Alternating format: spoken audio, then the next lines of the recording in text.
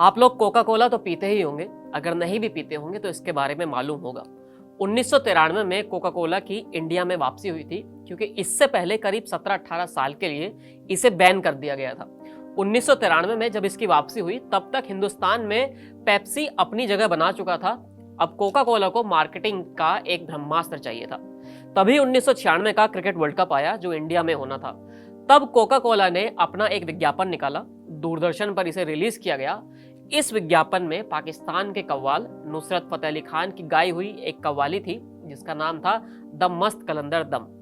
ये ऐड इतना कमाल का था और इतना कमाल का बना कि इसकी चर्चा हर ओर होने लगी थी और इसने कोका कोला को फिर से खड़ा होने का मौका दिया था।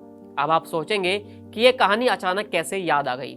ये अचानक नहीं हुआ है। दरअसल नुसरत फतेह अली खान को सुनने वाले आपको लाखों मिलेंगे। उनकी कव्वाली और वीडियोस हमेशा वायरल होते हैं, ट्रेंड में बने रहते हैं। और नुसरत के चाहने वालों के लिए इसी बीच एक अच्छी और सुखद खबर आई है। दरअसल नुसरत की एक 30 साल पहले रिकॉर्ड की गई एल्बम रिलीज की जा रही है जो इस साल के आखिर तक दुनिया के सामने होगी।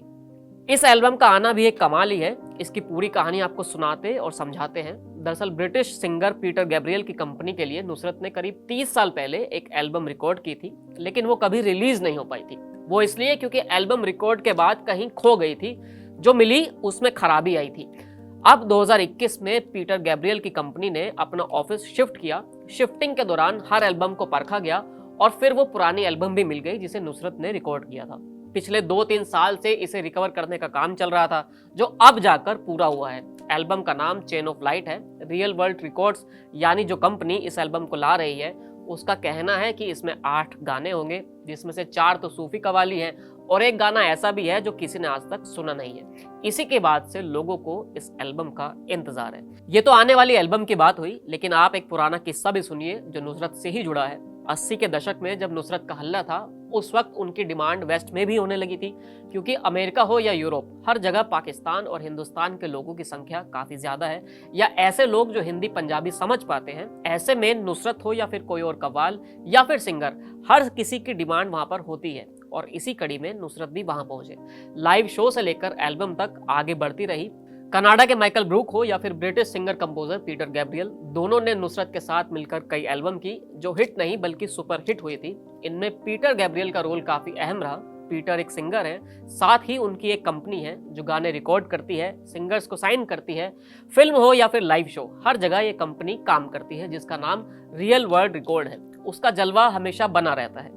इसी कंपनी ने नुसरत के साथ कई एल्बम रिकॉर्ड की हैं और कई लाइव शो भी की हैं। पीटर गैब्रियल के साथ किया हुआ नुसरत फतेह अली खान का काम इतिहास में लिखा जाता है। हॉलीवुड के बड़े डायरेक्टर हैं मार्टिन स्कॉर्सेज़े, जिनके नाम के आगे न जाने कितनी फिल्में हैं और कितनी बड़ी फिल्में हैं। टैक्सी ड्राइवर से लेकर गुडफेलास तक हर जगह आपको इनकी फिल्में दिखाई देंगी और हाल ही में आई द आयरिशमैन भी इनमें शामिल है। स्कॉर्सेज़े ने एक फिल्म बनाई थी the temptation of Christ. Film ईसा मसीह के ऊपर है। फिल्म में एक सीन है जहां ईसा मसीह के किरदार को सजा दी जा रही है। दर्द और दुख से भरे इस सीन को जब थिएटर में दिखाया गया तो दुनिया रो रही थी, लेकिन इस सीन के पीछे एक दुखी आलाप चल रहा था।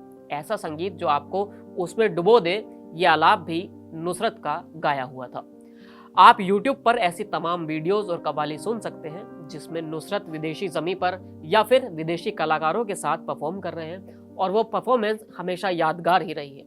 नुसरत को दुनिया छोड़े हुए 25 बरस से ज्यादा हो गया है, लेकिन आज भी उनका संगीत और उनका जादू बरकरार है और हमेशा ही रहेगा। इस वीडियो में इतना ही, फिर मिलेंगे नई वीडियो के साथ। शुक्रिया।